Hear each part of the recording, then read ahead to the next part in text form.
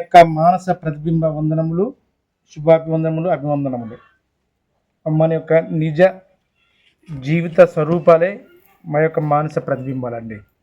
అంటే మన ప్రతిబింబం అనేది మన యొక్క జీవన విధానాన్ని బట్టి ఆధారపడి ఉంటుంది.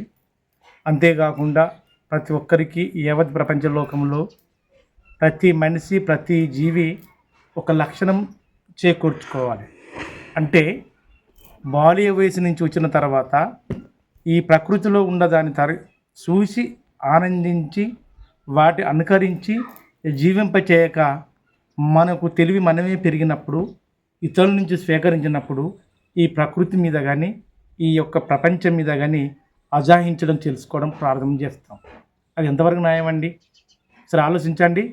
ప్రతి ఒక్కరూ ఈ ప్రకృతి సిద్ధాంతమైన ఒక జీవితాలను, అంతేకాకుండా ఈ ప్రకృతిలో నివసిస్తున్న యొక్క పక్షులు, వృక్షాలు, అన్ని జీవులు గాలి, నీరు ఈ పంచభూతాలను ఆశ్రయించుకొని బతుకుతాయి. కానీ మనం ఆ పంచభూతాలలో గాలిని పట్టలేము, అగ్నిని పట్టలేము, గాలి అంతేకాకుండా ఈ ఆకాశాన్ని పట్టలేము. కానీ కేవలం ఒక భూమిని పరిమితాత్మం చేసుకొని ఆ భూమిలో ఉండవలసిన అన్నిటి మీద ఆజాయించుకొని ఈ ప్రకృతిలో ఉండవలసిన యొక్క ప్రాణులకు హానికరం చేస్తున్నాం. కానీ అలాంటి చేయకూడా మంచి జీవ లక్షణాలను తన యుక్త వయసు వచ్చిన తర్వాత వృద్ధాప్య వయసుల వరకు ఎంతవరకు మంచి పేరు తెచ్చుకుంటారో ఆ మంచి పేరు ఈ యొక్క సమాజంలో ముద్రించబడే యొక్క రూపనే మన ప్రతిబింబాలండి. అందుకే ఈ రోజున మాటేడు గ్రామ వాస్తవ్యులైన గార ఉప్పలయ్య గారు, అంతేకాకుండా ఆలియస్ ఆనందం గారు అంటారు. ఆయన గార నర్సయ్య గారు, చిలకమ్మ గారు చిన్న కుమారుడు. మా యొక్క కానీ ఈ యొక్క గోపాలగిరి కానీ, చర్లపల్లం కానీ, చిట్టపల్లం కానీ, లేక దాట్ల కానీ ఆయనకు ఉండవలసిన ఇరు బంధు మిత్రులకు అనుసంధానంతో ఆ గ్రామంలో ఉండవలసిన ప్రజలతో ఎంత ఆయన చిన్న వయసు నుంచి మొదలుకుంటే ఆయనకున్న యుక్త వయసు నుంచి ఇప్పుడు వృద్ధాప్య వయసు వరకు వచ్చిన వరకు అందరితోని ఆలనా పాలన మంచి పేరు సంపాదించిన గొప్ప గనుడు వాళ్ళంటే గారు ఉప్పలయ్య గారు. ఆయన పేరే ఆనంద గారు. ఆయన యొక్క జీవన యొక్క అంతిమ యాత్రలు చూడండి, ఎంతమంది ప్రకోపించి, ఎంతమంది యొక్క శివయాత్రలు కానీ ఆయన యొక్క ప్రతిబింబాల రూపకంగా ఏ విధంగా కనిపించిందో చూడండి. అదండి ప్రతి మనిషి ఎంతకాలము జీవించిండు, ఎంతకాలము ఎంత సంపాదించిండు, ఎంతమందిని ముంచిండు, ఆ తీసుకొచ్చే నిరూపణ కాదు. ఏమి లేకున్నా, ఈ ప్రకృతిలో ఏమి లేకున్నా కనీసం గాలిని, నీరును, భూమిని ఈ యొక్క సూర్యకిరణాలు ఆశ్రయించుకొని స్పర్శించుకొని జీవించిన లక్షణమే గొప్పతనం. అలాంటి గొప్పతనానికి మన యొక్క ప్రతిరూపం చూపించేది ఒక బొమ్మ లాంటిది. ఒక అద్దంలో ఒక నీళ్ళల్లో చూపిస్తే ఒక మన రూపణ ఏర్పడేసే మన జీవన విధాన లక్షణమే మన ప్రతిబింబ స్థానాలు. అలాంటి ప్రతిబింబ స్థానాలు మంచి అనుగుణంగా ఉపయోగించుకొని దాన్ని జీవించే విధానమే మనం చూపించే విధానం. ఏది అట్లా కాదంటే ఇక మరి మన ఇష్టం మరి నేనైతే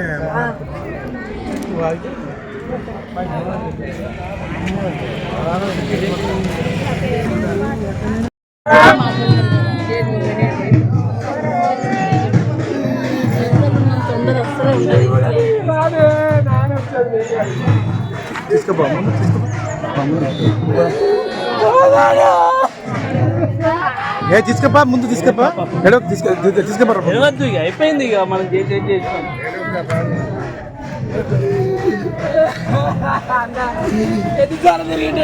నా గురించి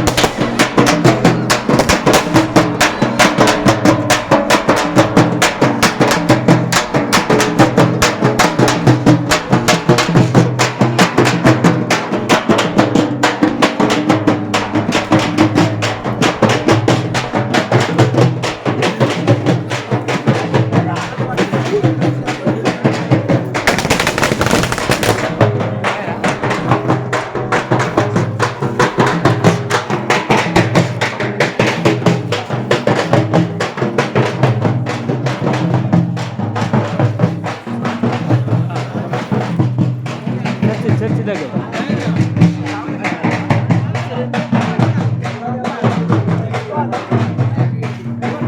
మావ పడాలి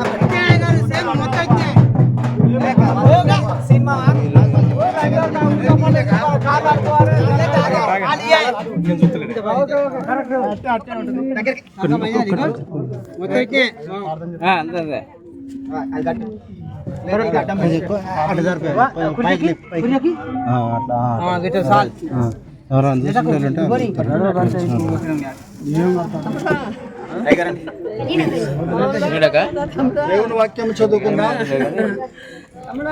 అపొస్తలులైనటువంటి పౌలు తెస్సలోనికైలకు రాసినటువంటి మొదటి పత్రిక 4వ అధ్యాయము 13 నుంచి 16 వచనాలు. 22 ఐజాక్ అయ్య గారు కరీంనగర్ నైసల్ నుండి వచ్చినటువంటి పాస్టర్ గారు ఈ వాక్య భాగాన్ని చదివి వినిపిస్తారు మనకు.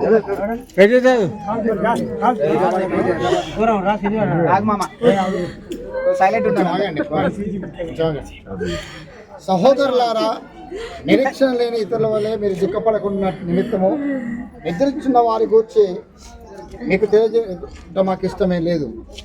యేసు మృతి పొంది తిరిగి లేచినని మనం నమ్మినలా అదే ప్రకారము యేసునందు నిద్రించిన వారిని దేవుడు ఆయనతో కూడా వెంట పెట్టుకుని వచ్చును.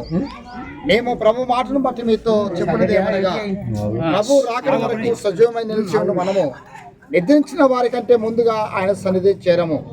ఆర్భాటముతోనూ ప్రధాన దూతల శబ్దముతోనూ దేవుని బూరతోనూ పరలోకం నుండి ప్రభు దిగి వచ్చును.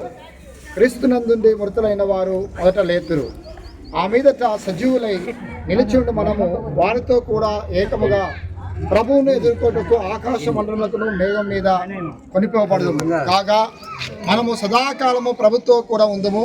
కాబట్టి మీరు ఈ మాట చేత ఒకరినొకడు ఆదరించుకొనుడి. రెండు మాటలు చెప్పాలి. క్రీస్తునందు ప్రియమైనటువంటి దేవుని బిడ్డలారా, ప్రభు అయిన యేసుక్రీస్తు నామంలో మీకందరికీ దేవుని పేరిట ప్రత్యేకమైనటువంటి శుభాలు తెలియపరుస్తూ ఉన్నాం. మన ప్రియులు దేవుని బిడ్డలు ఆత్మీయులు గారు ఆనందం గారు నిన్న దినమున ప్రభు యొక్క పిలుపునందుకొని ఆయన సన్నిధికి చేరియున్నారు. దేవుని వాక్యం ఏం చెప్తున్నదంటే, మరణము అనేది అందరికీ వచ్చును. మరణము అందరికీ వచ్చును. మరణానికి చిన్నవాడని పెద్దవాడని ధనికుడని దరిద్రుడని చదువున్నవాడని లేనివాడని డబ్బున్నవాడని డబ్బు లేనివాడని నల్లవాడు తెల్లవాడు అనేటువంటి తారతమ్యం మరణానికి లేదు. మరణానికి లేదు. కాబట్టి ఈ రోజున ఈ చదవబడినటువంటి వాక్య భాగంలో దేవుని నమ్మినటువంటి బిడలకు దేవుడు ఒక నిరీక్షణను మనకిచ్చాడు. ఆయన ప్రభువా, తరతరముల నుండి మాకు నివాస స్థలములు నీవే, భూమిని లోకమును పుట్టింపక మునుపు యుగ యుగములు నీవే మాకు దేవుడవు. ఈ లోకము మనకు శాశ్వతము కాదు. ఎందుకంటే తాత్కాలికమైనటువంటి గుడారాలలో మనం నివాసం చేస్తా ఉన్నాం. మన యొక్క ఆయుష్ కాలము 70 సంవత్సరాలు, అధిక బలం ఉన్నట్లయితే 80 సంవత్సరాలు. బైబిల్ ఏం చెప్తున్నదంటే, ప్రభువు నందుండి మృతి పొందిన మృతులు ధన్యులు. నా మట్టుకైతే బ్రతుకుట, క్రీస్తు కొరకు చావైతే లాభం. కాబట్టి 2 వాక్యాలు మరణించిన వారి కొరకు బైబిల్ చెప్తా ఉన్నది. ఒకటి ధన్యులని, రెండవది లాభమని. ఎందుకు ధన్యులు లాభమై అంటే, మరణించిన తర్వాత మన శరీరము మార్చబడుతుంది. ఇప్పుడున్నటువంటి రోగములతో, వ్యాధులతో, బీపీ, షుగర్ ఇవన్నీ వేయవలసినటువంటి ఆ మందులను తీసివేసి దేవుడు ఒక మహిమ శరీరాన్ని ఇస్తారు వాళ్ళకు. రెండవది ఏంటంటే, మరణించినటువంటి వారికి మరణము ఎందుకయ్యా లాభం అంటే వారి యొక్క స్థలము మార్చబడుతుంది. ఇప్పుడున్నటువంటి స్థలము నుంచి వేరే స్థలము, దేవుడు ఉన్నటువంటి ప్రదేశానికి నడిపించబడతాం. నేనుండు స్థలములో మీరును ఉంటారు అని దేవుని యొక్క వాక్యం చెప్పబడతా ఉన్నది. మూడవది ఏంటంటే ఎందుకు మరణము ధన్యత లేక లాభం అంటే మరణించినటువంటి వారు క్రీస్తునందు మృతి చెందినటువంటి వారి యొక్క స్వాస్థ్యము పరలోకంలో దాచిపెట్టబడుతుంది. వీరికంటూ ఒక స్వాస్థ్యం ఉంటుంది. ఆనందము గారు బ్రతికిన కాలంలో వారు చేసినటువంటి మంచి పనులను బట్టి, ఉపకారములను బట్టి, ప్రజలకు తాను ఇచ్చినటువంటి చేయూతను బట్టి, కుటుంబాన్ని నడిపించిన విధానమును బట్టి పరలోకములో తనకంటూ ఒక స్వాస్థ్యము, ఒక జీతము ఉంటుంది. అందువలన ఈ మరణము లాభమని మనం జ్ఞాపకం చేసుకోవాలి. తర్వాత నాలుగవది ఏంటంటే ఎందుకయ్యా మరణము లాభం అంటే మరణించిన తర్వాత పరిశుద్ధుల యొక్క భక్తుల యొక్క సహవాసములో ఆనందరావు గారు చేర్చబడతారు. ఇది ఆయనకు వచ్చేటువంటి ధన్యత. ఐదవ మాట ఏంటంటే నాయందుండి నిద్రించినటువంటి వారు తీర్పులోనికి రాక మరణములో నుంచి జీవములోనికి దాటబడి ఉన్నారు అనే పరిశుద్ధ గ్రంథంలో రాయబడ్డది. కాబట్టి ఈ 5 విషయాలను బట్టి ఆనందరావు గారి యొక్క మరణం లేక ఆనందరావు గారి యొక్క నిద్ర అనేటువంటిది అది దేవుని యొక్క పిలుపుగా జ్ఞాపకం చేసుకుందాం. ఇది శాశ్వతమైనటువంటి ఎడబాటు కాదు. ఒక రోజున యేసు ప్రభు వారు మరల భూమి మీదకు వచ్చినప్పుడు సజీవులమైనటువంటి మనము మేఘముల మీద ఎత్తబడతాం. తర్వాత పరలోకము నుండి వీరు కూడా మధ్యాకాశానికి తీసుకురాబడతారు. క్రీస్తు మృతి పొంది తిరిగి లేచారని మనం నమ్మిన ఎడల అదే ప్రకారము ఆయన యందు నిద్రించిన వారిని కూడా ఆయన వెంట పెట్టుకొని వస్తాడు. తర్వాత మనం అందరం మళ్ళా ఆనందరావు గారిని చూస్తాం. సదాకాలము దేవునితో కూడా మనము ఉంటాం. ఈ మాటలను బట్టి ఒకరిని ఒకరు ఏం చేసుకోవాలంటే ఆదరించుకోవాలా. దేవుని యొక్క లేఖనమే మనకు ఆధారమని జ్ఞాపకం చేసుకోవాలా. దేవుడి మాటలను ఆశీర్వదించి దీవించునుగాక. ప్రార్థన చేస్తాను. ఒక నిమిషం కళ్ళు మూసుకోండి. ప్రేమ కలిగిన మా తండ్రి, కృప కలిగిన మా దేవ యేసు ప్రభువా, పరిశుద్ధుడా, జీవము కలిగిన మా దేవానికి వందనాలు చెల్లిస్తూ ఉన్నా. ఈ లోకము ఇది శాశ్వతమైనటువంటి కాదు. భూమి మీద మానవ గుడారము శిథిలమైపోవును, దేవుని చేత కట్టబడినటువంటి నివాసము పరలోకంలో ఉన్నదని నీ వాక్యం సెలవిస్తూ ఉన్నది. ప్రభువా, నిన్నటి దినమున నరులారా రండి అనగానే ఆనందరావు గారు నీ స్వరాన్ని విని లోబడి నీ సన్నిధికి వారు చేరి ఉన్నారు. ఈ రోజున నా ప్రభువా వారి కుటుంబము, బంధువులు, స్నేహితులు, సంఘముతో కలిసి భూస్థాపన కార్యక్రమాన్ని మేము జరిగిస్తూ ఉంటున్నాము. నా తండ్రి, తన ఆత్మకు నీ రాజ్యంలో చేర్చుకోండి ప్రభువా. శాంతిని, సమాధానమును దయచేయండి. విడిచి వెళ్ళినటువంటి 2 కుమారులను బట్టి, వారు బంధువర్గం అంతటిని బట్టి ఈ రోజున ఈ స్థలంలో ఉండి ఇవన్నీ కూడా నా ప్రభువా మరి సహాయపడుతున్నటువంటి బిడ్డలందరినీ కూడా మీరు దీవించమని మేము ప్రార్థిస్తూ ఉన్నాం. సమస్త ఘనత, మహిమ, ప్రభావములు మేము నీకే చెల్లిస్తూ ఈ ప్రార్థన యేసు నామమును అడిగి వేడుకొనుచున్నాము తండ్రి. పరలోకమందున మా తండ్రి, నీ నామం పరిశుద్ధపరచబడును గాక. నీ చిత్తము పరలోకమందు నెరవేర్చినట్లు భూమి అందు నెరవేరును గాక. మానుదిన ఆహారము నేడు మాకు దయచేయము. మైడల అపరాధములు చేసిన వారిని మేము క్షమించిన ప్రకారం మా అపరాధములను క్షమించుము. మమ్ములను శోధనలోకి తేక దుష్టత్వం నుండి తప్పించుము. ఎందుకనగా రాజ్యమును, శక్తి, మహిమ నిరంతరము నీవైనవు తండ్రి. మన ప్రభు అయిన యేసుక్రీస్తు యొక్క కృప, తండ్రి అయిన దేవుని ప్రేమ, మనందరికీ ఆదరణకర్త అయినటువంటి పరిశుద్ధాత్మని యొక్క రుణ సహవాసము, దేవుని యొక్క కాపుదల, నరులారా రండి అనేటువంటి స్వరమును విని దేవుని యొక్క సన్నిధికి చేరినటువంటి ఆనందము గారి ఆత్మకును, విడిచి వెళ్ళినటువంటి వారి కుటుంబానికిను, ఈ భూస్థాపన కార్యక్రమంలో పాల్గొన్నటువంటి బిడలందరి మీదను మరలా దేవుడు మన మధ్యకు వచ్చి రాకడ పర్యంతము ఆయన చల్లనైనటువంటి ఆశీర్వాదము మనందరికీ సదాకాలము తోడుగా ఉండి నడిపించునుగాక.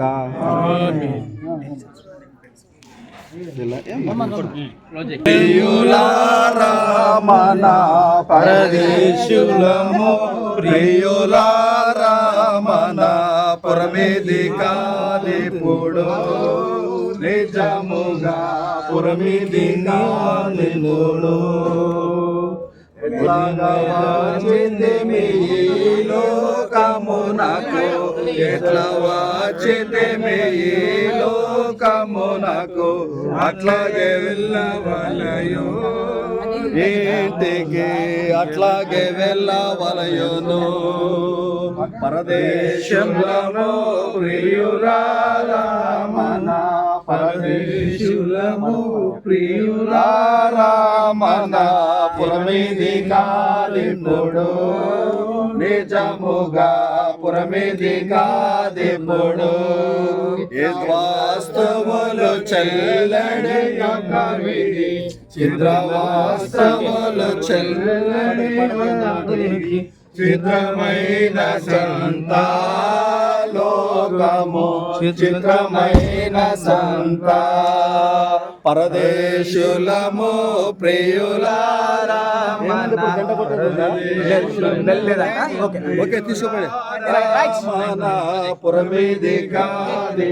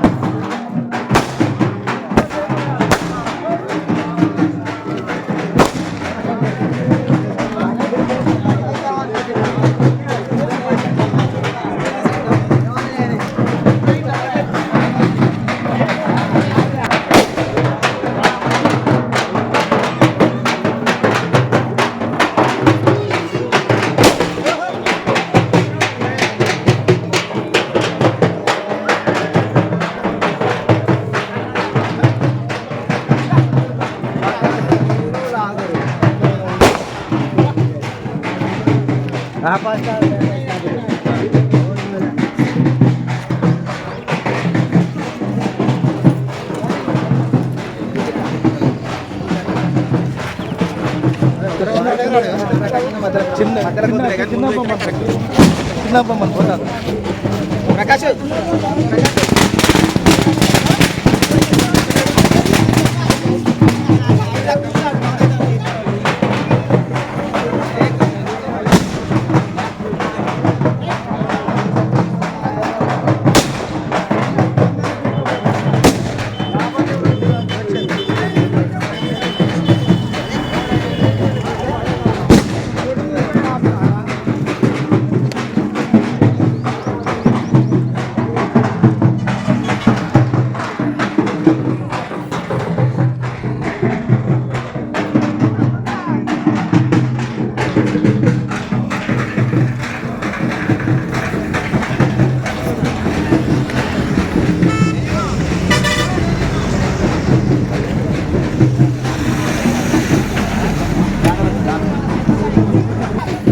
సిందరారిగా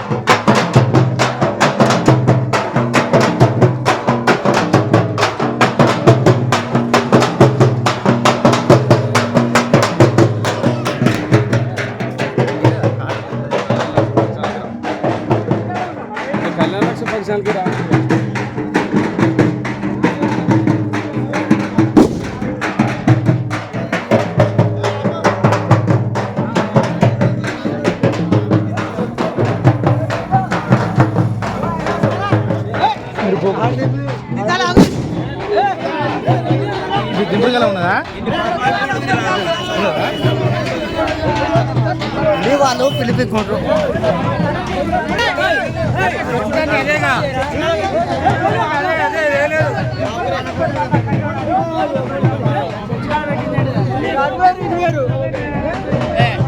మీకు దింపుడుగా ఉందా అయ్యా అయ్యా మామ దింపుడుగా ఉన్నదా ఉంటే చేసుకోరు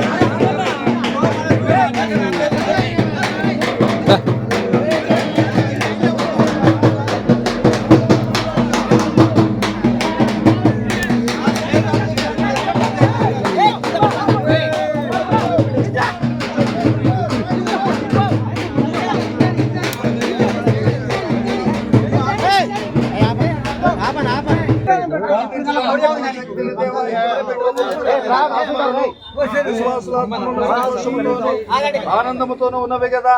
మా సహోదరుని నిజమైన ఆదరణకు విశ్రాంతి స్థలమునకు తెచ్చామన్నాము. ఇతని ఆత్మను నీ చేతులకు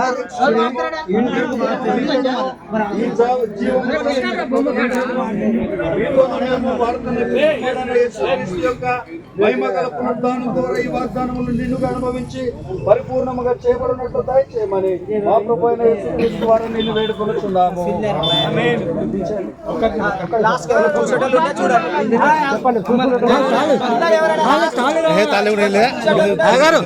ఒక 5 నిమిషాలు టైం ఏంటి? ఎవరో చూసేటోళ్ళు ఉంటే ఒకసారి మీరు స్పీచ్ చెప్పండి. ఆమె చెప్పండి.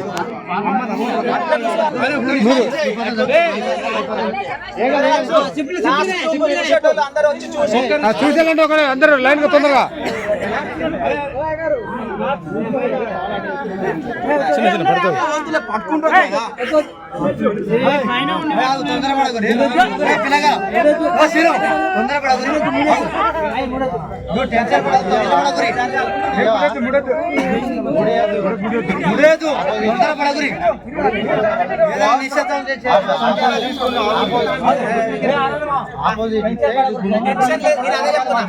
అందరు చూసుకున్నాక అంతే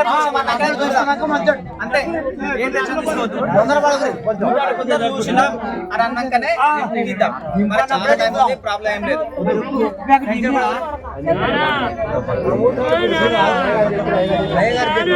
ఫాలో అయిదాం అంతే.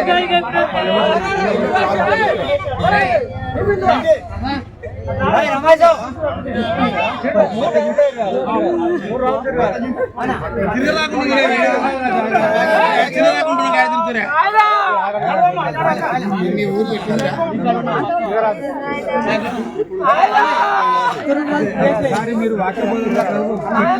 చెప్పాలని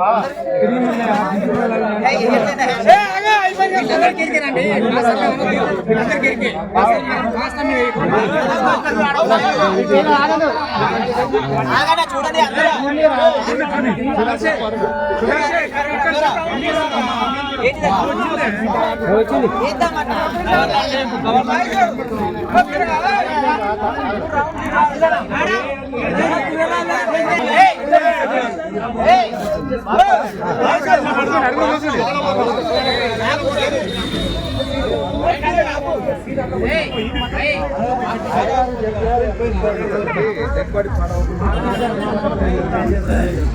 చేసిన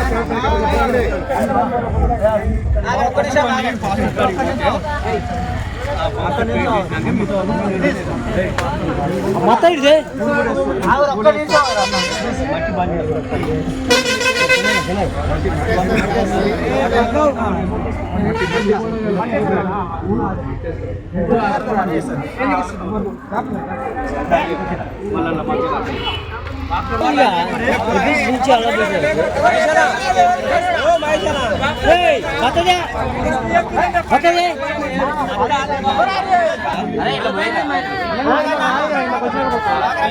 बताइए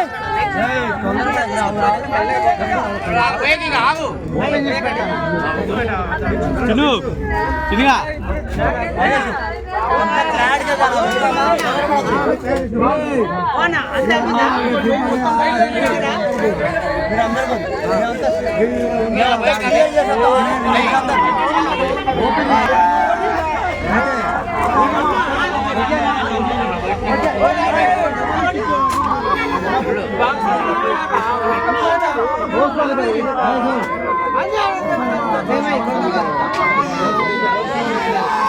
ये एयरिंग पे खींचा भाई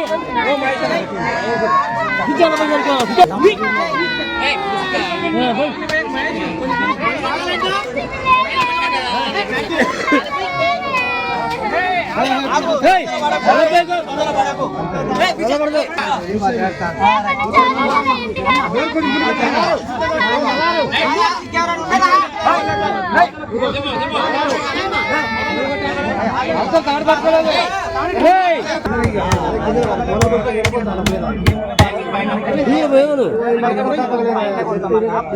పైన కూతురు లోన దిగుది అన్నా ఇవిడ పోయి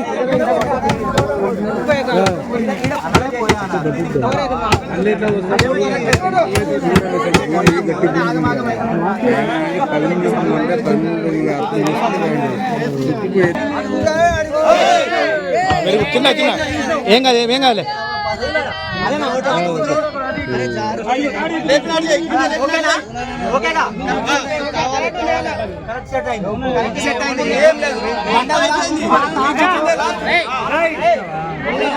దేవ ఇప్పటి నుండి ప్రభు నన్ను గతించిన ఆత్మలను విశ్వాసుల ఆత్మలను సంతోషముతోను ఆనందముతోను నీతో ఉన్నవి కదా. మా సహోదరుడు అయినటువంటి మా సహోదరుని నిజమైన ఆదరణకును విశ్రాంతినిచ్చు స్థలమునకు తెచ్చుదవని నమ్ముచు ఆనందరావు గారి ఆత్మకు నీ చేతులకు అప్పగించుచున్నాము. తీర్పు దినమున ఇతడును ఈ జీవము చాలించిన ప్రజలందరూ మేమును వారితో నీ ప్రియ కుమారుడైన మహిమగల పునరుద్ధానమును అనుభవించినట్లు మాకు దయచేయమని మా ప్రభు అయిన యేసుక్రీస్తు ద్వారా నిన్ను వేడుకొనుచున్నాము. మిక్కిలి కనికరముల తండ్రి సహోదరుని ఆత్మలను నీ చేతులకు అప్పగించున్నాము. అంచు దినమున పునరుద్ధానమును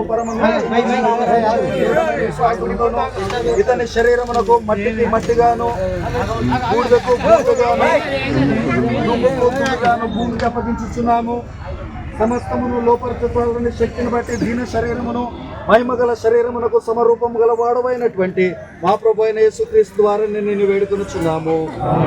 గొర్రెల గొప్ప కాపరి అయిన యేసు అను మన ప్రభువును నిత్య నిబంధన సంబంధమగు రక్తమును బట్టి మృతులలో నుండి లేపిన సమాధానకర్తయగు దేవుడు యేసుక్రీస్తు ద్వారా తన దృష్టికి అనుకూలమైన దానిని మీలో జరిగించుచు ప్రతి మంచి విషయములలోనూ తన చిత్త ప్రకారము చేయుటకు మిమ్మును సిద్ధపరచును గాక. యేసుక్రీస్తు యుగ యుగములు మహిమ కలుగును గాక. ఓకే, అందరూ మట్టేసి సిలువ పెట్టండి. బండల తర్వాత పూలేయండి. ఒక నిమిషం. ఆనందరావు గారి యొక్క జ్ఞాపకార్థ కూడిక బుధవారం ఉదయం 10:40 గంటలకు 26వ తారీఖున జరిపించబడును కాబట్టి ఈ యొక్క విషయాన్ని మీరు జ్ఞాపకం చేసుకొని 26వ తారీఖు బుధవారం ఉదయం 10 గంటలకు 10:30 గంటలకు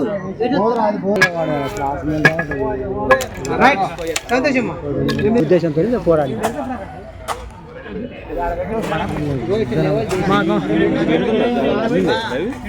మొత్తం ఆ సిద్ధాంతం మాకు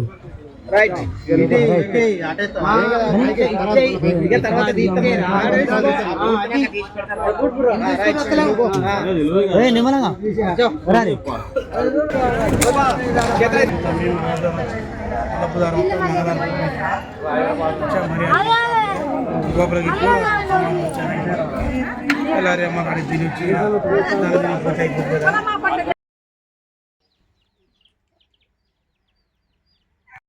ప్రతి విధానము ప్రతి ఒక్కటేనండి. నేను చెప్పబోయేది ఒకటే, ఏ యూట్యూబర్స్ కానీ ఎవరైనా కానీ మన యొక్క మంచి కానీ చెడు కానీ ఏది కానీ చనిపోయే రోజే సానుభూతి పెరుగుతుంది అంటారు. కానీ ఉప్పలయ్య గారి కానీ ఈ ఆనంద గారి కానీ సానుభూతి పరంగా కాదండి. ఆయన జీవిత లక్ష్య సాధనము గొప్ప నడవడిక, ఇతరులు అతని జీవితాన్ని చూసి నడుచుకునే విధానము. అందుకే ఆయన యొక్క కుమారులు కానీ ఆయన కుటుంబ సభ్యులు కానీ ఆ గ్రామస్తులు కానీ లేక ఆయన బంధుమిత్రులు కానీ ప్రతి ఒక్కరు కూడా మంచి పేరు సంపాదించుకొని మంచి పరలోకంలో దేవుని సన్నిధిలోకి చేరుకున్న మహానుభావుడు ఆనందం గారు, ఆయనే ఉప్పలయ్య గారు. అంతేకాకుండా నేను ప్రతి ఒక్కటి ఈయన యొక్క జీవిత లక్ష్యానికి ఈయన యొక్క జీవిత యొక్క దానికి ప్రతి ఒక్కరూ ఏదో ఒక వ్యాధితోని ఆటోమేటిక్గా స్వర్గస్థులు అవుతున్నారు. కానీ ఈయన చేసే పనితీను లేక ఏదో ఈయన ఒక ఆరోగ్యం యొక్క జీర్ణ వ్యవస్థలు అనేది ఎంతవరకు ఉంటుందో అంతవరకు ఏదో అల్సర్లాగా తయారై అదొక పుడు ఫాజన్లాగా తయారై చివరికి వాళ్ళ ఆపరేషన్ చేసిన ఆపరేషన్ సక్సెస్ కాకుండా 15 రోజులు దాదాపు 16 రోజుల వరకు హాస్పిటల్లో ఆయన ప్రాణం కొరకు కొట్టుబీట్లాడి ఎంతో వరకు వాళ్ళ కొడుకులు కానీ వాళ్ళ కోడలు కానీ వాళ్ళ కుటుంబ సభ్యులు ఎంత త్యాగం చేసినా కానీ చివరికి ఆయన ప్రాణాలు దక్కలేదండి. అదే మన అలాంటి ఒక జీవన విధానంలో కాకుండా మంచి జీవన విధానం మంచి మార్చుకొని ఈ ప్రతిరూపాలుగా ఈ యొక్క ప్రతిబింబ ఛానల్ కానీ నా యొక్క ఛానల్ కానీ ఈ ప్రపంచంలో ఒక ప్రతిబింబముగా మన జీవితం గడిపిస్తారని ఆశించుకుంటూ మేము సెలవు తీసుకుంటూ జై